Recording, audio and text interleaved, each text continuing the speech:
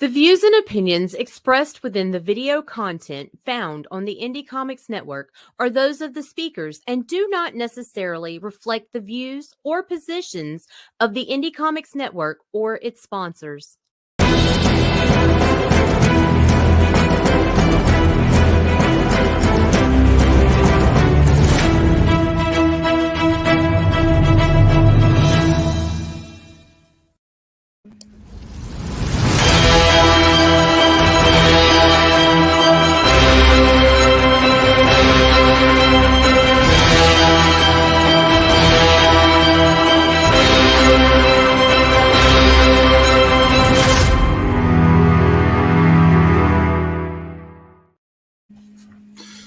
Hello everyone, I'm here, Alice McClone, the Alikat, with my very special guest, Worthy Chaos, otherwise known as Corissa Grant. Hi, how are you? Oh, I'm doing. It's another day. It's Friday. Cats are fighting on my bed, so you know. Nice. So a good day then. I have to throw something at them. Wow. Yeah, my cats are locked out of the room, so we're good. My apartment is a room, so. Hi. We got a what's up from Kish Factor. I'm just gonna kind of go with it. There's a cute bird there though, so that works. I like cute birds. My cats do too. They want to kill them. Yeah, mine's pretty much the same way. So. Was having a mouse problem in here for a little bit. The cats didn't see it as a problem. Yeah. They saw it as hunting season. With 4 cats, there better not be a mouse in this house. And it's got 2. One of them's trying to swipe at the other one. The other one's like, oh wait, there's stuff moving outside. I must look out the window. Yeah, my cats run the whole house and control the dog, so. That is what it is. I heard that. From the Ukrainian math book. That's pretty cool. It's random. Yeah. I took this from a Ukrainian math book and made it mine. Ha ha ha.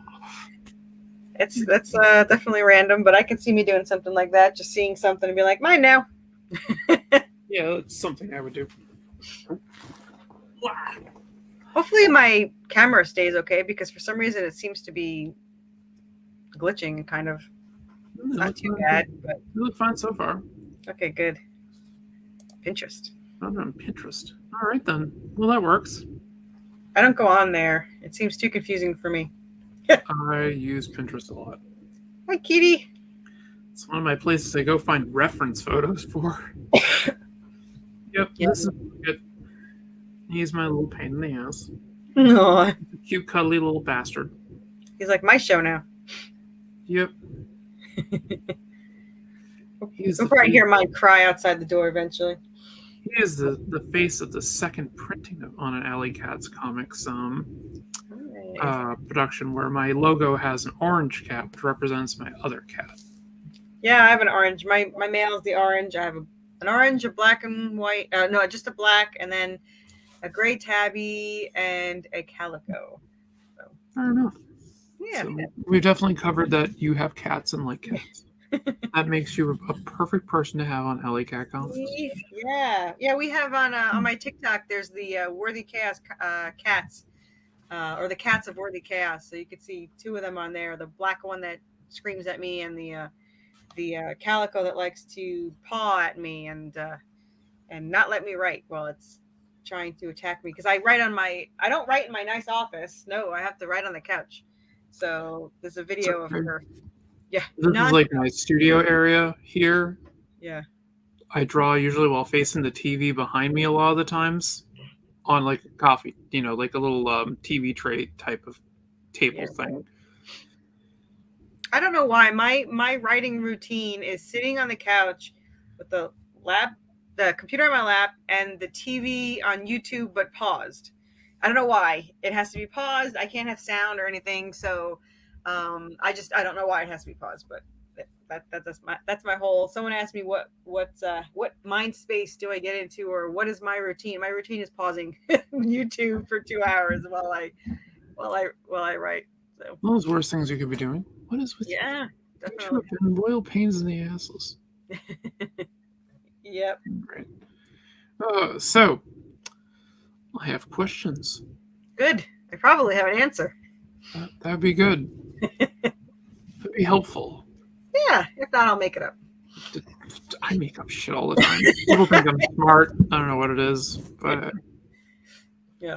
Okay. but so you're doing a comic. I am. What is it? So I am doing Redemption. Your elevator pitch. My elevator pitch is pretty much Buffy the Vampire Slayer, Evil Dead, Resident Evil, and Supernatural meet in Silent Hill. And if you like any of those, you will love the story. Sounds interesting combination. It's horror adventure. A lot of supernatural. It's a war between angels and demons.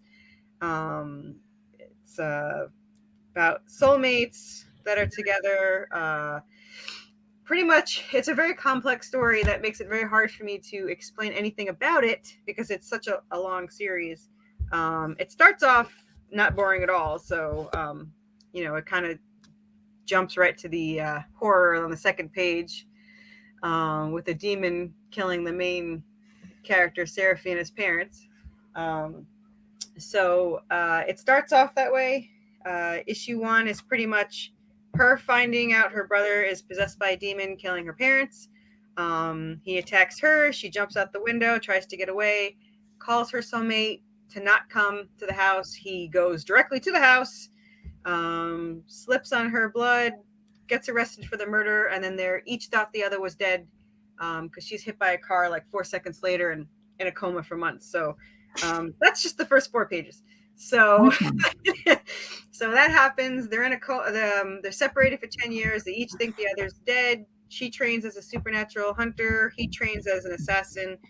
And the angels and demons can't figure out where either one is because they're separated. But when he moves back near her, it sets off this whole alert system, and the angels find her and the demons find him.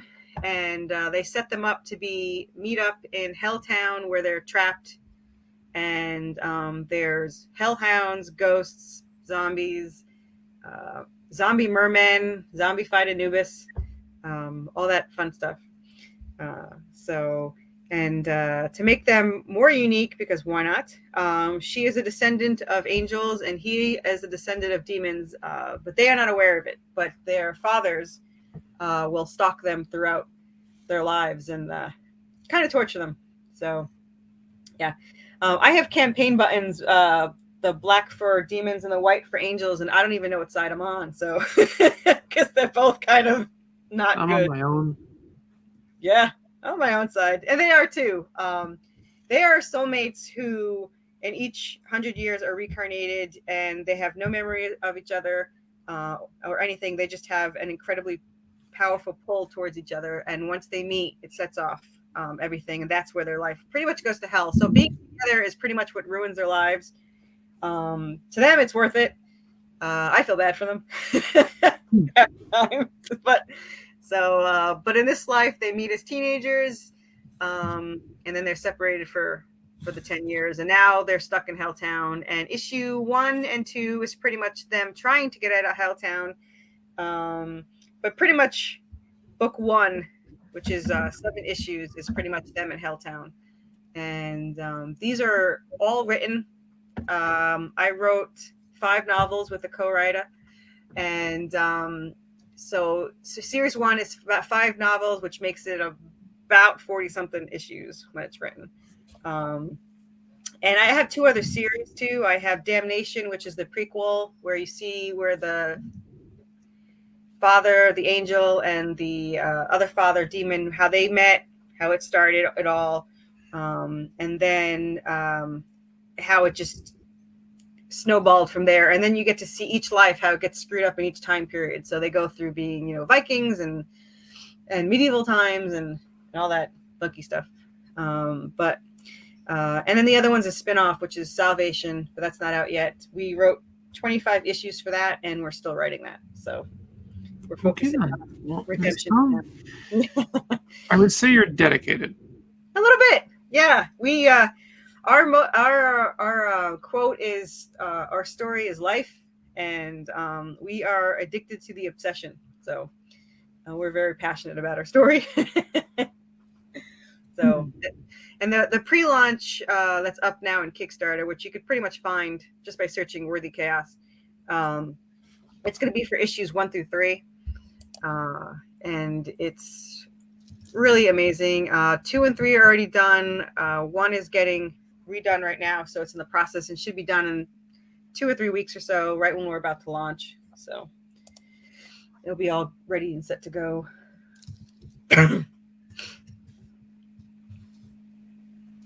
So, Worthy Chaos Redemption.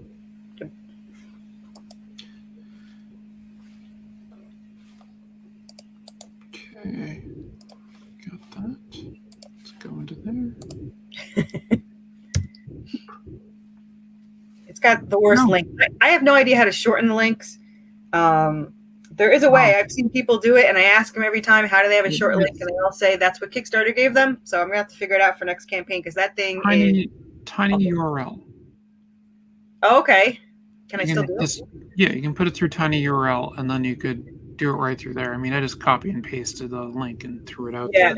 Thing, so I will figure that out then. Tiny URL. God, it's this person. Hi, hey, Laurie. My hero. She's the reason I'm here. Yeah, that's true. That and well, we have a mutual friend, my friend Ian.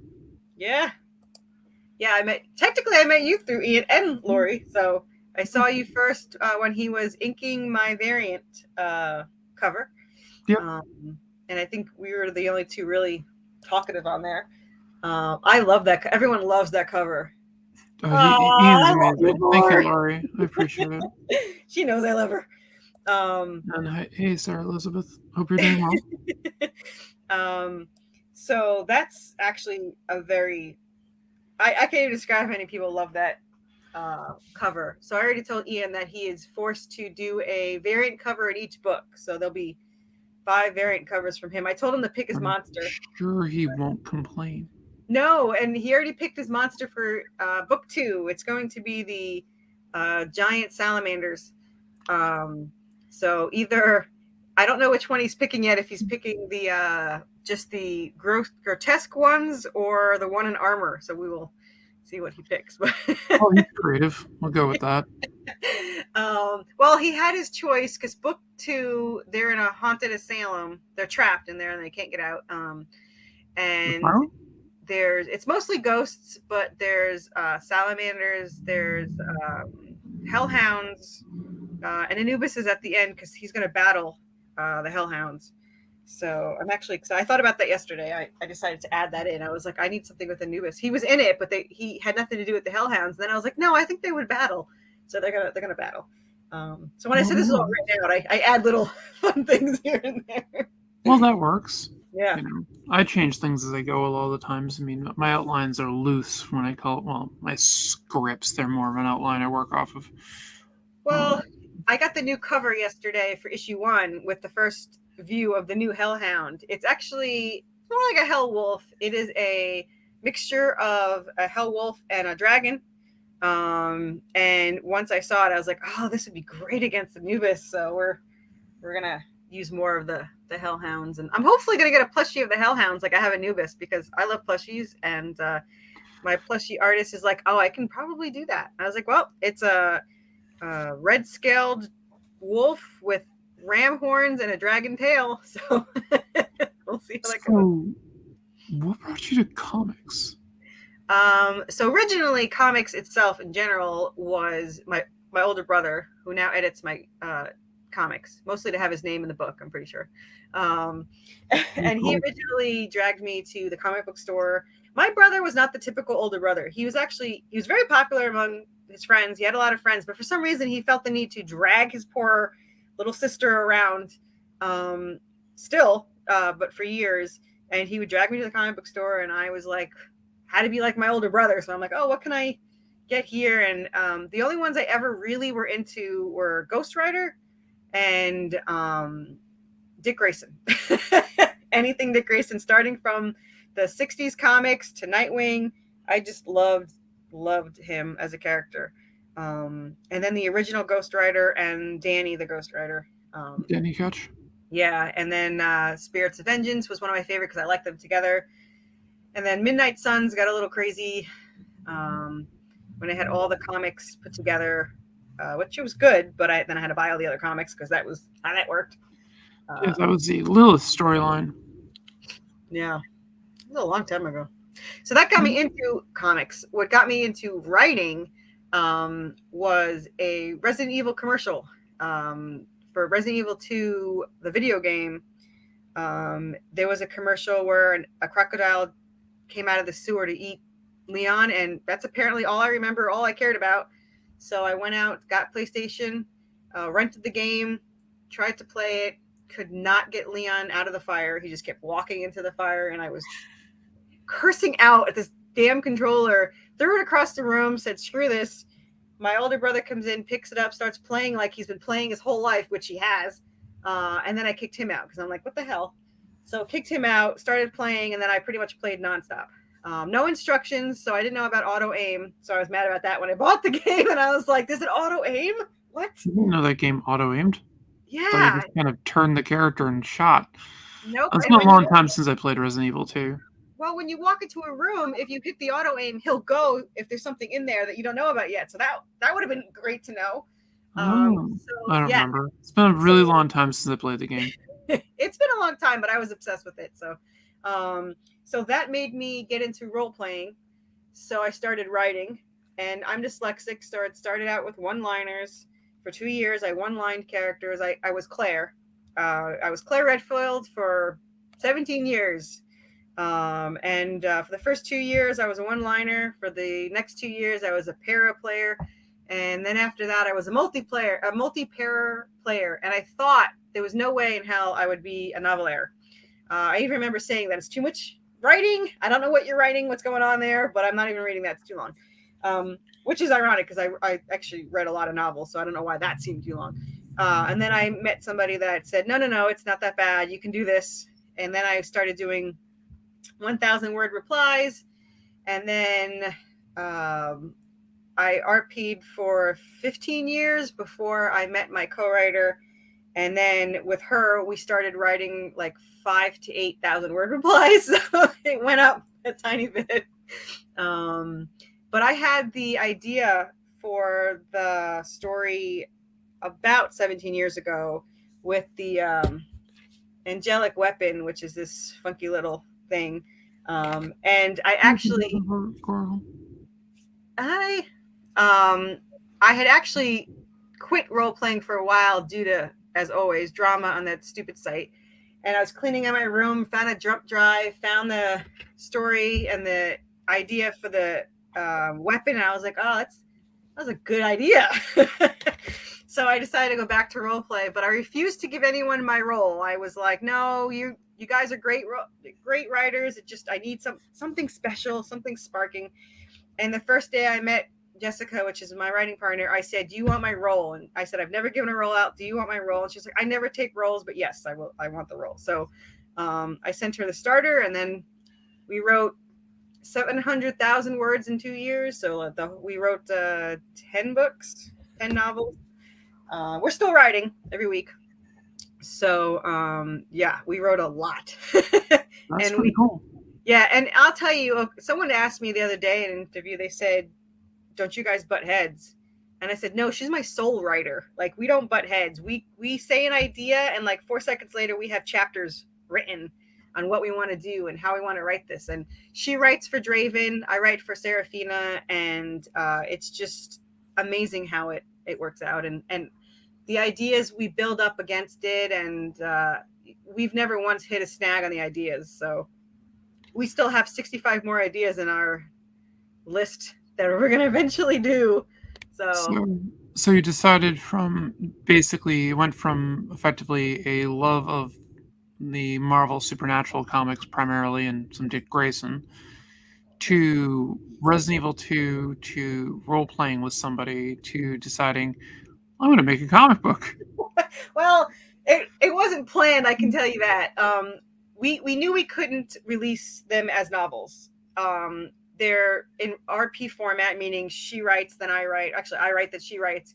And so the characters are split. So if you were to read it, our peer would love it. You'd be like, oh, this is their side of the story, and this is her side of the story. Yeah, it's disjuncted though. So. Yeah. So and we had asked an editor, like, is there a way to make it? Is it worth it? And they said you'd have to merge the entire story, and we just could not do that. So I said, listen, I'm going to get an artist to make us a cover. I'll print out for us at like Lulu's or whatever, and we'll just have our own copies. Because we love reading it. I've read my own story, our own story. I actually read her replies more than I read mine. But I was looking for artwork, and I was like, these are not realistic at all. You know, we had actors in our head when we were RPing it. So I was like, these don't look great. They're all cartoony. I was like, unless you want to do a comic book or something. She goes, I would do a comic book. I was like, okay, let's do a comic book. And then I went out, I hired an artist, I paid them. And then I was laying in bed that night thinking, oh, I got to learn how to do a script. Like, I don't know how to do a script. And I was telling her, I was like, I don't know how to write a script. She's like, yeah, you'll figure it out. So the next day I get up, I watch a YouTube video, and then I was like, I don't know, okay. And I started typing it out, and that's it. That 5 seconds later, I think I had the entire issue 1 done, which then I had to do like 17 times over again. But my most complicated issue was the dialogue, because when I'm writing a novel, they talk, they think, they do all this stuff. It's kind of surprising how that works. Yeah, but it was so much dialogue that I'm like, it won't fit on. I had no idea how a comic book works. So I had no idea that, you know, obviously, I mean, I did know how a comic book works, but it wasn't in my mind that it has to fit and not cover up the art. So that was a learning curve. And I actually cut the comic book in half and then stretched out the panels, so that there was more room and more, more details you can add. So that actually was a good learning curve for me. But yeah, that's how I went to the comic book, and now we've got 3 issues done. So fantastic. Well, that's really good that you got 3 issues done. That's incredible. And I saw you had a completed Kickstarter already, and this is a new one.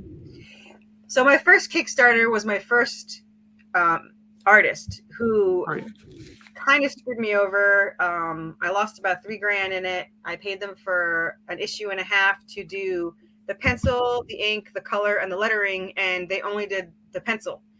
And then I had to go hire a team, and it cost me 3 times what it was originally going to cost just to finish it. And then after I finished it, I found a new artist, and it does not compare at all. So I decided to redo one.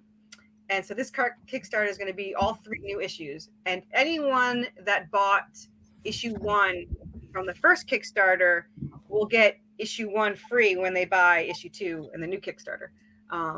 So that way it's not like I didn't want them to think that they wasted their money and time buying that comic book. But they should hold on to that, because now there's only 50 printing. So if this ever goes anywhere, it might be worth money. Well, you'd be surprised. Yeah. So I'm already happy with the new issue more than the other one. So. Yeah, there are books like Teenage Mutant Ninja Turtles, which had a print run of about 3,000, and it's worth well over $10,000 now. Yeah, I don't know if it'll ever be worth that much, but it's worth. It's not like, to be clear, worth what anybody is willing to pay for it. Yeah, to be clear, the art is not bad in issue 1, and I went to a comic book store, and they are going to display my comics, and they are going to have me in for a book signing. And they said that it's very good art for an indie comic. And they said it looked really good. However, the new artist, they said, was good enough for mainstream, which I promptly told him. So, because I was like, they said your art is good enough for mainstream. So that made his day. And this is his first paying gig. So that's good. Yeah. So we're kind of, I got extremely lucky. I could not have gotten more lucky. It was worth losing the money for the first one. Who's your current artist? Jonas De Costa. He is in my Facebook group and on my Twitter. and he's just, I can't even describe how amazing he is and how lucky I am to have him. We butt heads in issue 2 because I was used to just handing my script to an artist and having them come back with art, and I'm good, and that was it. I never had to argue or complain or anything. However, he had visions and I had visions, and they clashed for a little bit, and we argued, and finally I was like, okay, you need more room to do your style. So I compromised, and I went from 2 to 6 panels to 2 to 4 panels. And after that, he just flowed so much better. He's happier, I'm happier, everyone's happy. So Happy artist, happy life. that's right. Well, I mean, at first I was like, it's going to cost almost double to do the issues because I'm stretching it out, but the quality is so much better. And his quality is just worth it. And I don't even care if I ever get profit from this book, because whatever money I make from it, I'm just going to pay him more. So he needs to be paid. He needs to be paid more before he realizes it and goes somewhere else that could pay him more. So, but yeah, I got really lucky. You are being a rat. He knows all the attention. Yeah, I don't blame him. No purple. He can take over. He's so cute. Aw, he looks so happy. He is. He's purring. Of course. I was going to ask, because he's probably purring. Yeah.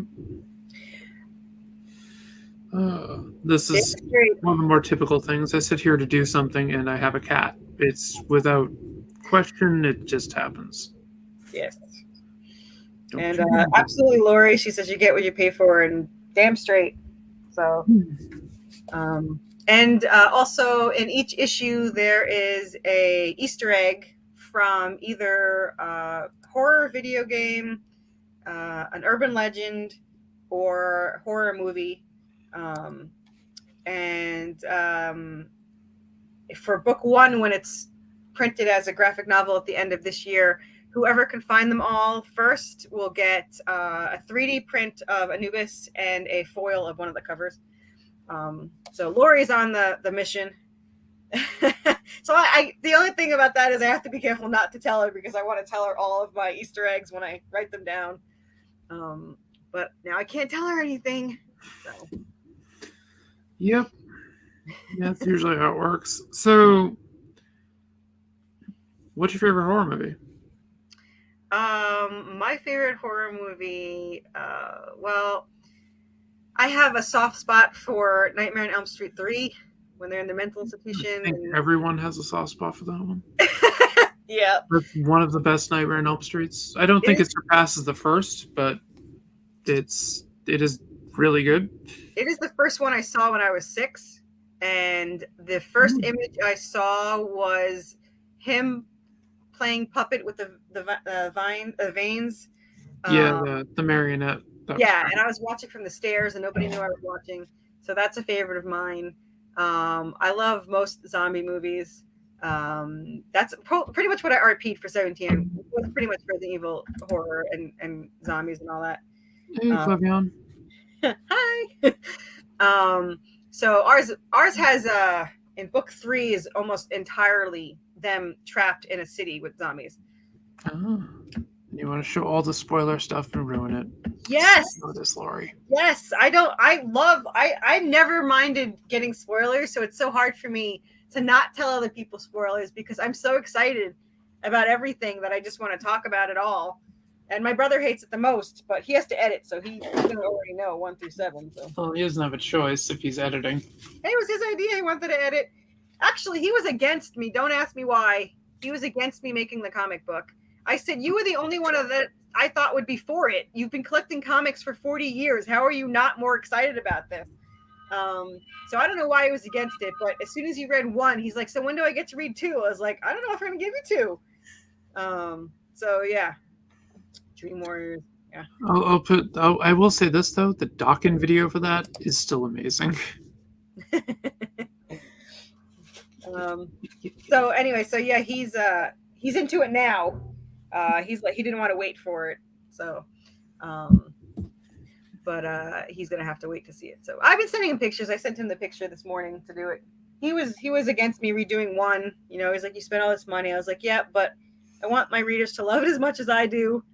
Plus, I mean, issue 1 is the first one you see. So if you don't fall in love with it, you might not give 2 a chance. And the story is amazing. And I never think anything I do is good. So for me to say it's good is something. Well, you got to toot your own horn. I mean, yeah. Well, so I'm not a very good. Well, my co-writer says otherwise, and she doesn't think she's a very good writer. I'm not a very good writer as per a novel. I am a say, shower. you're pitching yourself as a writer on a show here for Yeah, comic I people. know. You're saying you're a bad writer. Come on now. Come on. No. I'm a bad writer, but I'm an amazing storyteller. So I can tell the comic is perfect because it shows exactly what I want to tell. So yeah, I rather call myself a storyteller than a writer any day because I write fine, but it wouldn't be. It's not the right format, especially being dyslexic. It's not the right format for a novel. It doesn't have all the fancy words, though they're in my head. I just can't spell any of them. But It's okay. Most people can't spell them.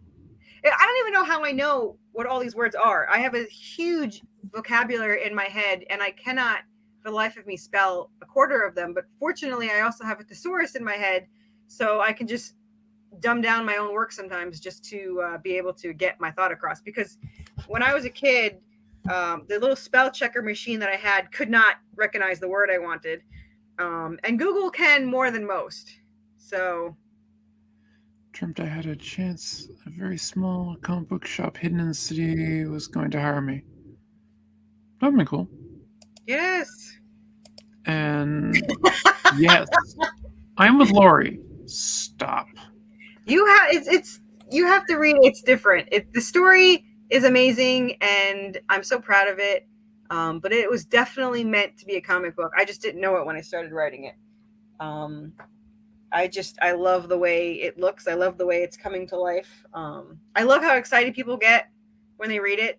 I had 2 of my clients write me yesterday saying, I read it 7 times and I need number 2. I was like, I'm tempted to let you have a sneak peek of it. High praise.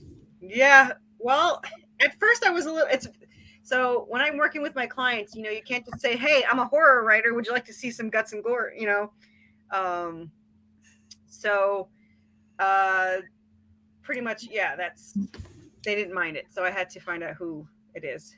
The story is Seraphina and Draven trying to protect the angelic weapon that both angels and demons want. It's actually powered by her.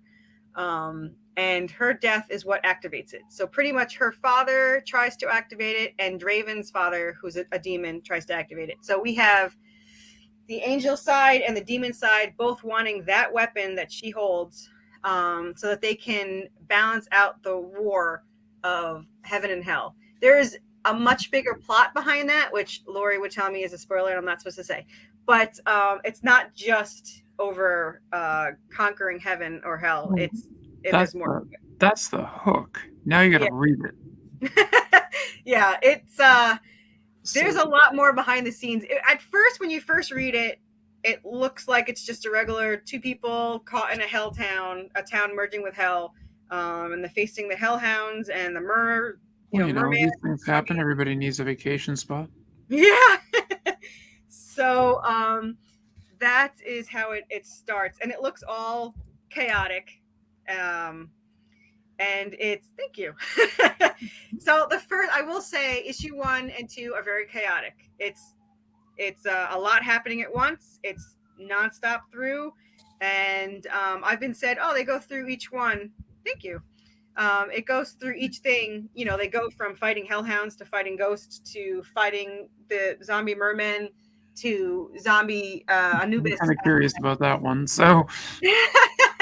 So, but when 3 comes out, it never slows down. So, but it does balance out, and they start to be able to finally talk to each other and kind of say what's been happening for 10 years and all the hell he's been through and the hell she's been through. I mean, they thought each other was dead for 10 years, so they're very closed off. And I remember someone saying, shouldn't they hug and kiss when they see each other after 10 years? It's like, no, because she thinks it's fake. He thinks it's a dream. And both of them are completely stone cold right now because they have been thinking this person that they are in love with has been dead for 10 years. So to have them back in their life in the middle of Helltown was not exactly the best place for them to, just kiss and make up. Sounds like that'd be the perfect place to do it. There's nothing else going on. Yeah. So the zombie merman was not on purpose. It kind of happened. And I love the fact that there were zombie mermen. I have to admit that definitely perked my curiosity. Zombie merman. Yeah, I was at a Comic-Con visiting as going to shop and talk to people. And I was talking to some artist that was doing a commission for me or something. And I said, oh, yeah, mine has zombie merman and a zombified Anubis. And they're like, wait, you got what now? He's like, I like everything you said in that sentence. I was like, yeah, I just love zombie merman. I got to admit, I haven't heard that one before. So. Yeah. Well, they're briefly in issue 1 and they're in issue 2 and then they come back later on. There should be more kissing according to Lori. There's no kissing in issue 3. And then that's their first kiss ever because they actually did not kiss as teenagers. Yeah. They don't kiss as teenagers? This doesn't no. They met as teenagers and they kind of had a so it's in the prequel, which the issue 1 is already actually done, but it's not released, it's just done. But when they first meet at a party, it did not go well. Fair enough. We'll leave it at that. Make people buy the book. Well, let's just say they didn't have time to talk when they first met because they fell into an abandoned mine overrun with giant creatures. So they had to battle their way through that. So they didn't have a lot of time to talk. Were they R or USs? No. I don't believe they exist. No. There is a rat, but he just kind of stalks them, so he does not attack them. Mostly it's giant spiders, bats. There's a worm. So Resident Evil stuff. Yeah. Anything that lives in a cave was enlarged due to something that happened in the cave. We'll just go with strange cave radiations. Yeah, something like that.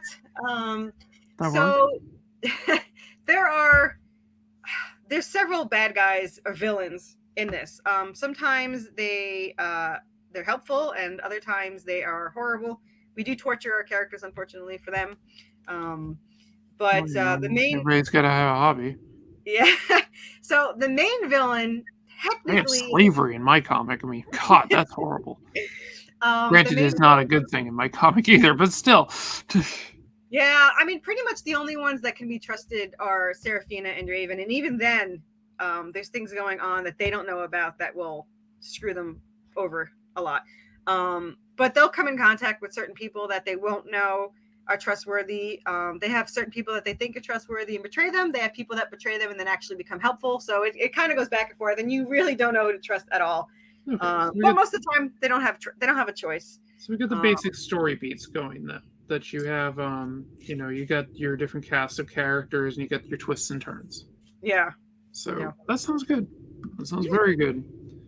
Now you came to this through role playing. Do you play games like D&D and things like that? No, which is very weird that I don't. I used to have to agree. Yeah, I mean, I was in the comic book store as well. All the guys played it, and they always wanted me to, because mostly I was probably the only girl there. But I used to watch anime. I've had that problem. Yeah, I used to cosplay at the anime conventions, Katsucon and Otakon, and I dressed up as Dietlit from Lotus War. If you ever seen that. Oh yeah. But for some reason. No, and I never LARPed either, which I had considered because they actually had major LARPing in the state I was in before, like 30 minutes from where I was. But I just never got the guts to go and walk into it. But it was tempting. So no, I never played any card games either. Like I never played it was always around me, the Magic and everything. But that's not a bad thing. Well, that's probably why I had some money throughout my teenage years. Magic is often referred to as cardboard crack. So Yeah, I have enough obsession with this story. I mean, it's literally, I'm either thinking about it, writing it, reading it, or scripting it, or trying to find something to make out of the characters. Yeah, I know LARPing is great. I wish I'd gone into it, but you know what? I would have been so absorbed into it that it probably would have consumed my entire life. I actually used to run LARPs with a group called Dark Duality. We were at we used to do all the major conventions like Gen Con, Origins. We did Dragon Con one year. I wanted to go to Dragon Con. I wanted to get a booth, but they said I wasn't popular enough. I'm not, how did they say, worthy enough? So okay, well, the way I look at Dragon Con is they're not worth it. So well, good then. I solved my problem. It's only like 4 hours, 3.5 hours for me. And somebody said that's local, said you have to get a booth there. But every time I called, they said, you don't have a fan base yet, and it's not first come, first serve. You have to be juried in. And I already have 10 cons this year anyway. So I signed up for 10. Two of them are horror. I got the Creepy Con, Franken Con, I guess. I don't know. And then I have the biggest one I do is Lexington, the Toy and Comic Expo. I didn't realize it was 4 days, so it's Thursday through Sunday. That sounds like a fun time. Well, at first it was my first con, and I kind of freaked out because it's huge, and I didn't realize how big it was when I signed up for it. I just did it because it was in 3.5 hours from my house.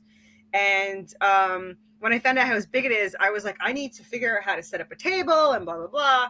And then my local comic book store said, oh, we have a small one on like 20 minutes from my house. Did you want to do that the month before? I was like, yes, I want to practice putting up my stuff. I have another one upstairs that just actually arrived today. I have the retractable banner because they sent the wrong one first. It's supposed to be 20 inches taller than this. Right then. Yeah, so I got another one for free, and they're like, "Oh, you can just throw that one away." I was like, sure, I'll throw that one away." I'll get right on that. Yeah, I'm going to reuse it. So yes, it's actually the perfect size to be on camera. So I'm actually really digging it. You can't see. Yeah, and it comes in nice. Yeah, you can't see the zombie at the bottom, which is why it's 20 inches taller. But I should probably open the box when I walked in from work, and my husband's like, "Open the box so that you know it works." And I was like, because I waited a month to open this, and he's like, don't wait another month. I was like, all right, I'll open it later. I actually got to go out to the front of my building and get the package that just got delivered because the idiot didn't deliver it to the right door. Oof. 2 days in a row they've screwed this up, and I can't walk really well. No, that's not good. Nope. Yeah, ours screws up a lot. It sends it to our neighbors or whatever. So I do get nervous getting things sent here. I got my statue Anubis yesterday. He's upstairs. I'm getting 2 more made. My plushies haven't come yet. The 3D staff is being made now or being sent now. So I should get my for the Kickstarter. I have plushie Anubis for anyone that loves Anubis. I actually have 3D busts. I have a plushie. And I have a statue, all handmade.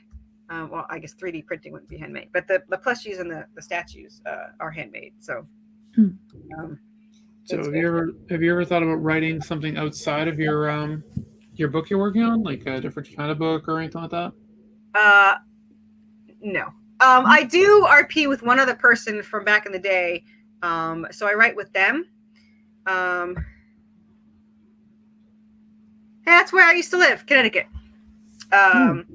I don't know where in Connecticut you were, but I was in the Bethel Danbury area and then the Watertown area. So yeah, whoever you know is in Connecticut, that's I used to be there. Anyway, I'm in Tennessee now. I moved to the south to get away from snow. So there's that. Because I was originally from New York, so I am a New Yorker. So. Can't be helped. Yeah. Yeah. Unfortunately. But my brother's still there, so he's still in New York. Anyway, so the Kickstarter will have those. And there's also foil posters and the awesome, which I'm in love with, keychain of the keychain from the weapon in the story. And we have other stickers and buttons. You have the campaign buttons. Is there a plushie in the room? I don't have the plushie yet. I have pictures that are on my Facebook and Twitter. He has his awesome armor on, and the staff. I'll have a picture of the staff soon. I love him. He's got claws in his feet and everything. He's just, everyone already wants him. Like, everyone's like, how do I buy your plushie? Hi. No, it's a good thing. No, it is a good thing. But they're all handmade, so they are limited edition. And I am.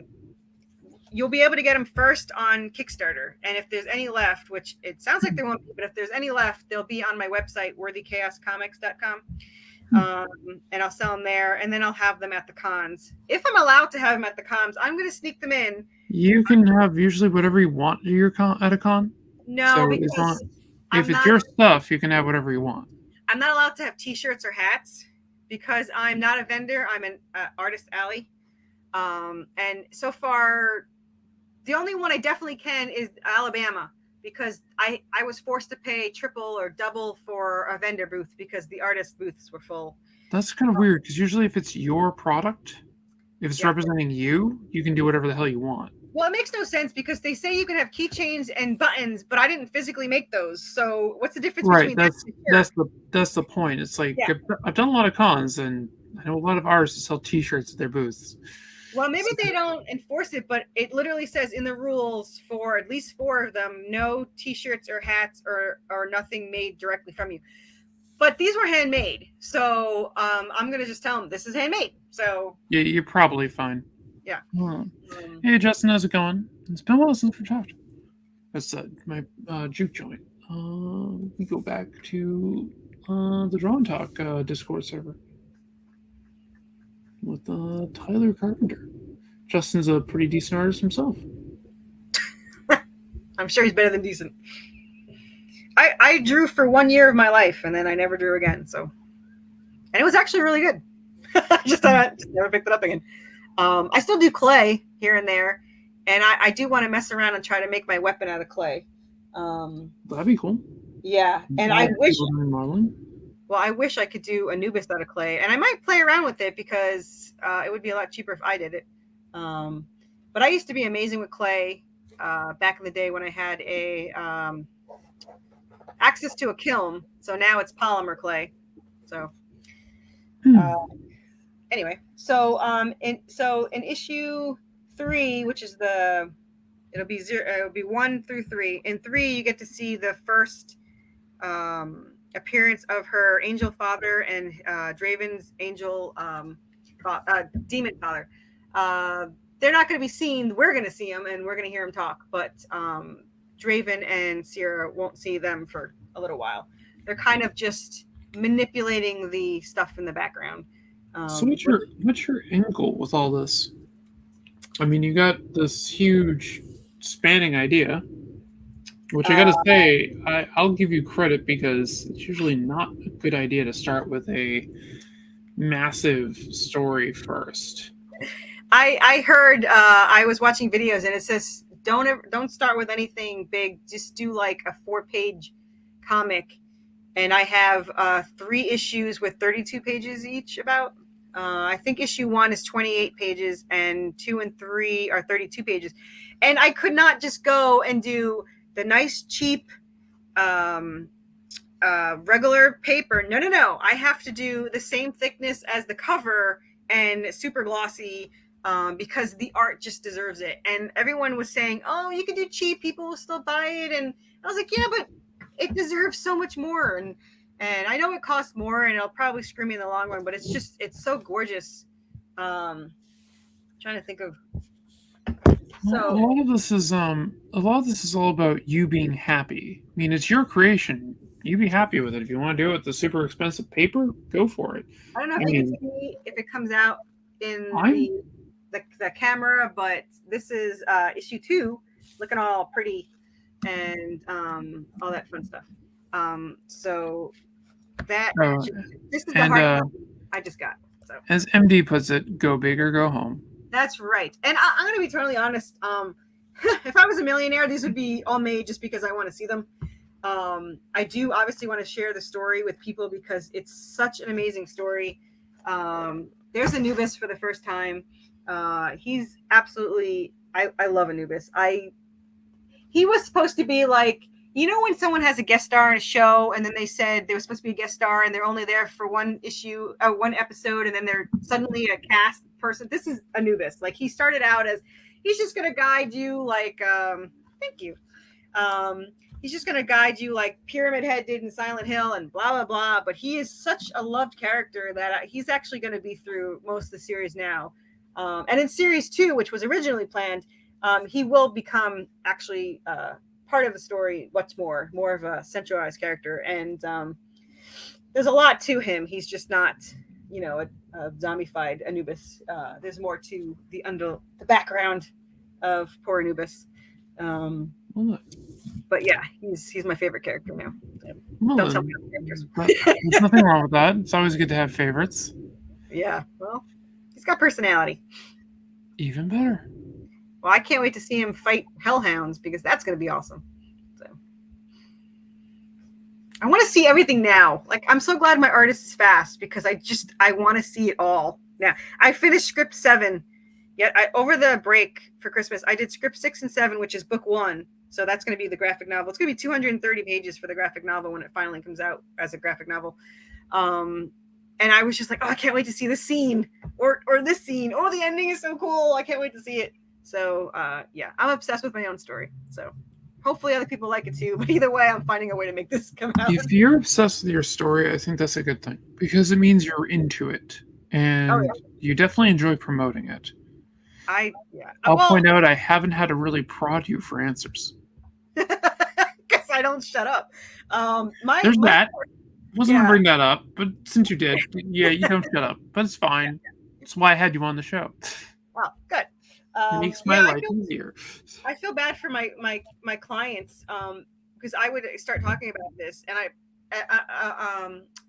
a meeting with my clients is supposed to be an appointment's about 20 minutes, and we probably would talk for like an hour about it. But now, like, not half of them, but 90% of my first Kickstarter was my clients. 3 were just because they were supportive, but the rest, they are super excited about it. The other 2 just don't like horror. They're just not into horror. But they wanted to be supportive, and a lot of them gave like $50 pledges just to support me. And also they think it's going to be big. So they're like, well, we want the first comic and you to autograph it. And I was like, I like your enthusiasm and your positive nature. I think it'll be big if enough people see it. It's just getting people to see it, which is, you know. Do you have a goal of trying to get it on like Netflix or anything like that?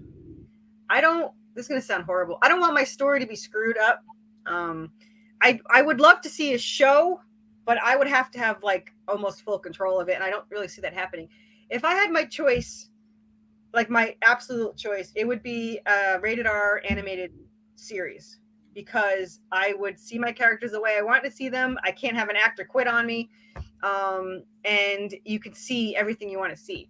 Movies would not be good enough for, I don't think there's so much story to tell. So it would have to be like a show or an animated series. And right now, anything my story I love, but I am so obsessed with my characters that if I went on a show and they screwed it up, I would probably cry. So I mean, there's nothing wrong with wanting to, have creative input and control in something if it's your baby. There's nothing wrong with that.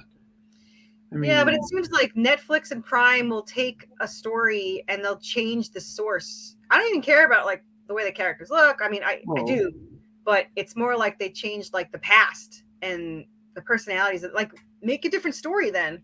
If you're gonna do that. The whole thing that they're doing is they're making it their own.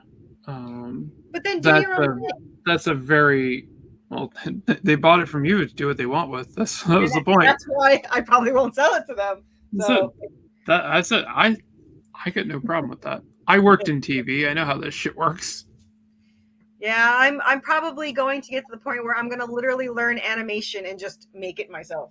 But which I haven't considered. I mean, I would applaud you for doing that. That would be awesome.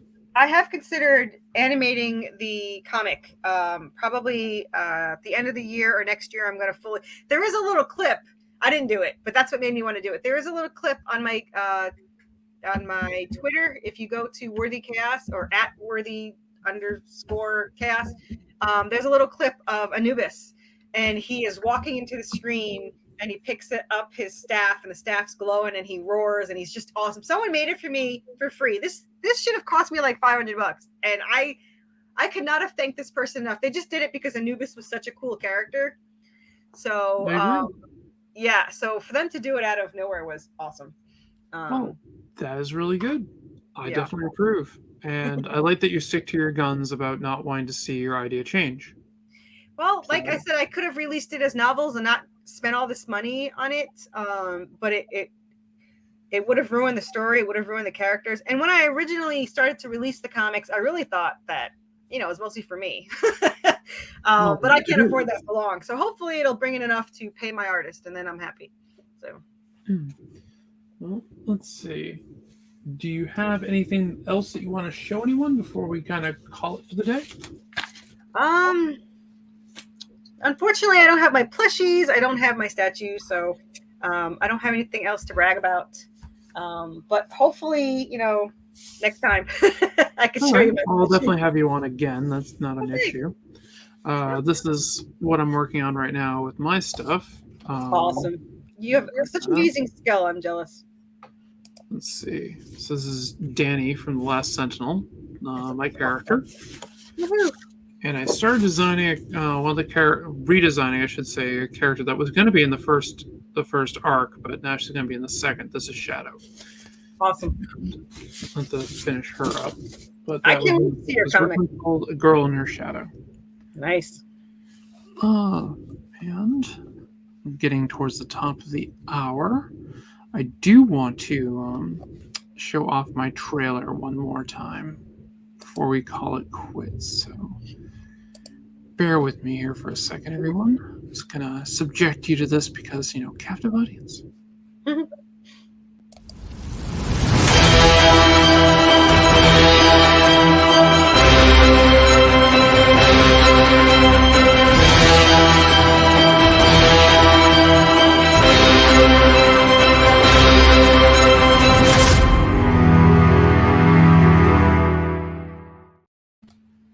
All right. Awesome. See, that was not a bad 20 seconds, I don't think.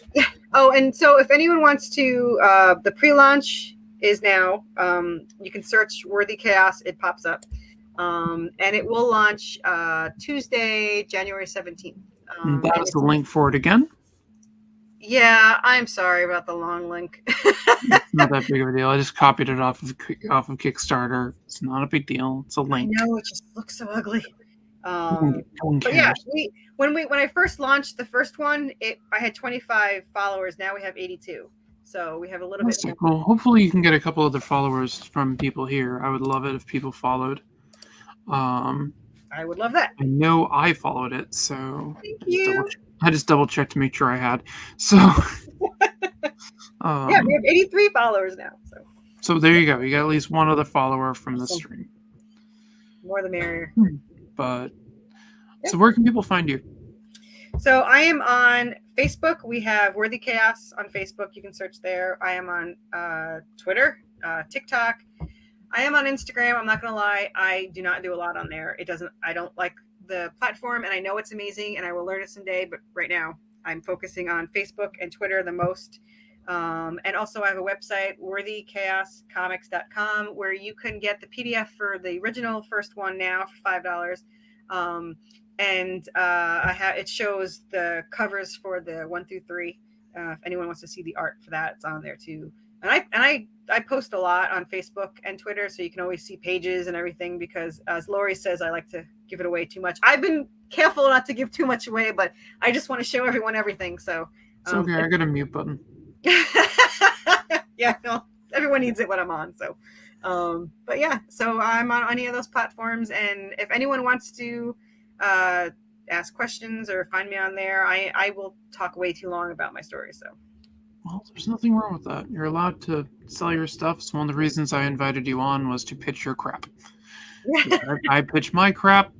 It's only fair. I had Dave Finch on to pitch his crap. It's all good. Great. I really like his crap. Like yours too. I'm looking forward to it. So I'll definitely be backing it when it comes out. But on that note, I think I'm going to call it for another week. Next week we can get back to the draw streaming. Haven't quite figured out who I'm going to draw yet. I did promise a Kenshin picture at the end of last year, so I'm kind of leaning towards trying to do Ronin Kenshin again. So I do have 2 doctor's appointments next week, so it might come down to I'm working on my book on Friday because I won't have to kill myself trying to get my rough layouts done.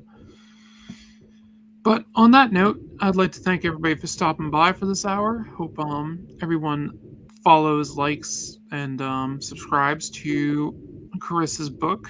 And we'll definitely have you on when the book launches, so you can pitch it again. We can go over a few things with it, and we can see what people want to see with it, talk about it a bit more, and go from there. But on that note, I'm gonna say good night and good luck. Thank you. Thanks for having me. Bye. Thank you. Bye.